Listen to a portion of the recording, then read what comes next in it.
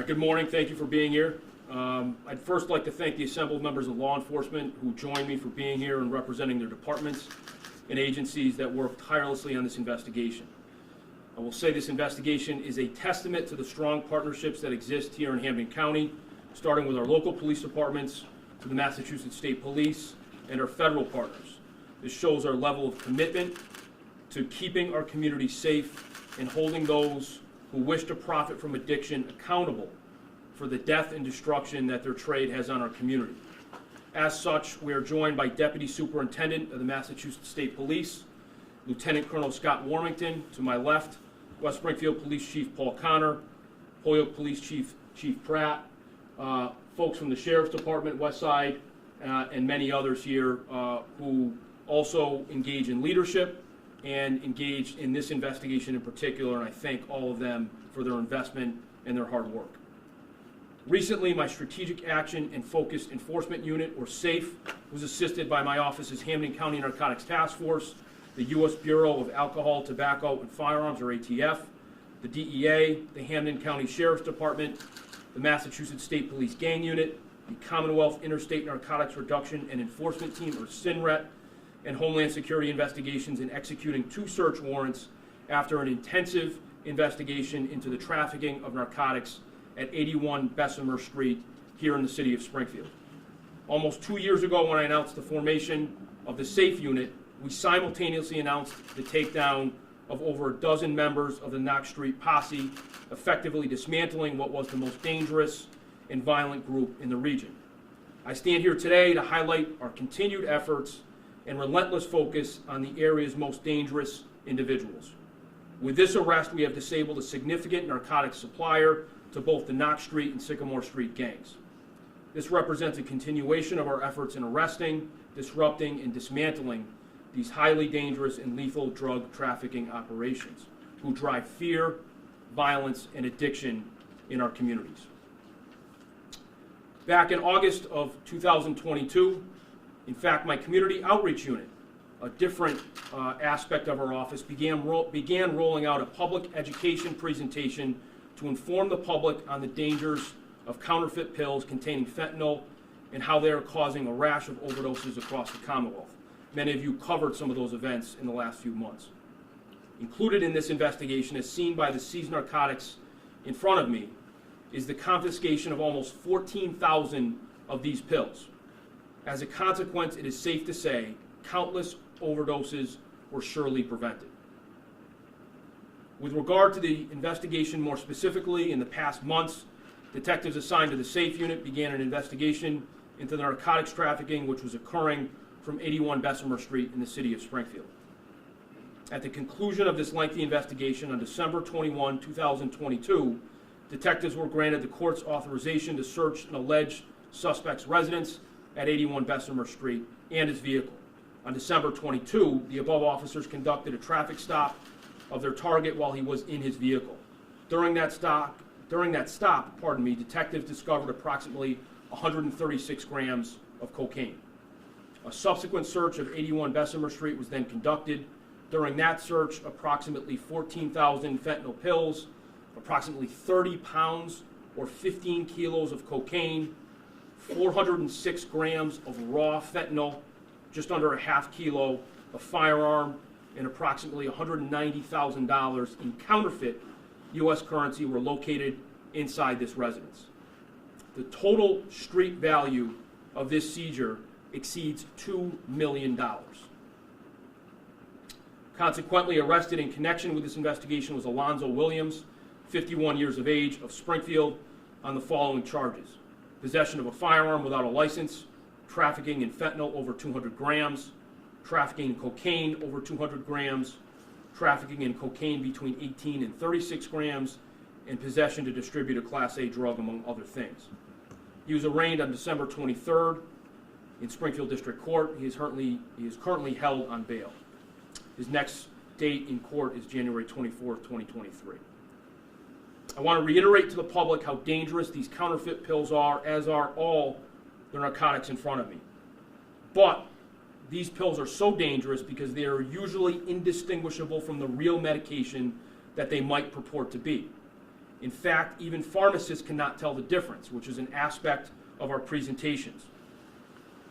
And what's most concerning is that it is impossible to know what's contained in them through any kind of visual inspection. Impossible to know what's in these pills. Many times these illicit pills are being purchased online, through social media apps, by kids. They're often purchased and consumed by young people who might think they're taking something like Xanax or Adderall. Xanax to take for a party or some other misguided purpose, or Adderall to study for a final. When, in fact, like these pills, they actually contain fentanyl. This is why we're seeing increasing overdoses across this Commonwealth. It's particularly dangerous for our young people, and these are disguised as things that they are certainly not.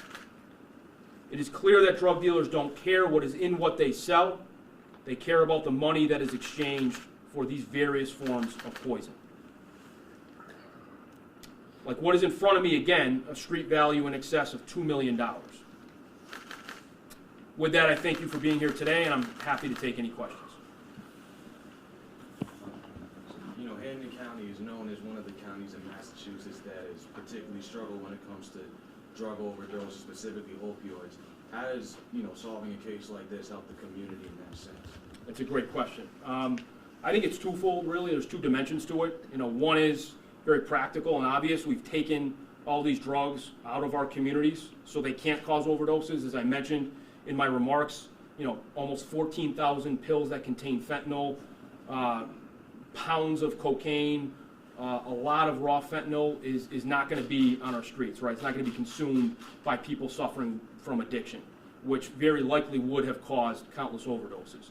The second piece is, as I also mentioned in my remarks, we basically removed a chain, a link in a chain of supply to this area. So when you talk about overdoses in Hampden County, in Springfield, in Holyoke, in West Springfield, we now remove someone who is a cog in that machine. And we've disrupted that process of distributing these lethal narcotics. And, we're not naive to the fact that there are other people doing this and that there may be some backfilling of this person's role. But this person was a significant supplier, a significant piece of this drug trafficking operation. So I think we've got drugs off the street and we've disrupted the system, which I think will have even more long-term effects, positive effects. Thank you. Do you think this will lead to other arrests? It's possible. Investigation continues. Individual is charged, and it will go from there. But, as you can tell by the assembled group of law enforcement, the leaders of organizations that we have here, including from the Massachusetts State Police, we're not going to quit. We're going to keep going, and we're going to keep hammering away. And you mentioned that a lot of these young people who are getting drugs are getting them through online sources. Is the SAFE unit doing anything currently to address that online issue? We have engaged in investigations that involve social media, both for firearms and narcotics. But what we're really focused on doing is really in a preventative posture, where my community safety and outreach unit has gone to various schools. We were just in Westfield 2 or 3 weeks ago at Westfield Tech, talking to parents and talking to young people about how this is going now, and how social media apps can be misused to advertise drugs, to be sources of sales of drugs, how emojis and other icons are used to sort of advertise and communicate, often to evade law enforcement and evade parental supervision as well. So we're doing our best to educate parents and young people alike about the dangers and about how this is now operating in a modern day space through social media.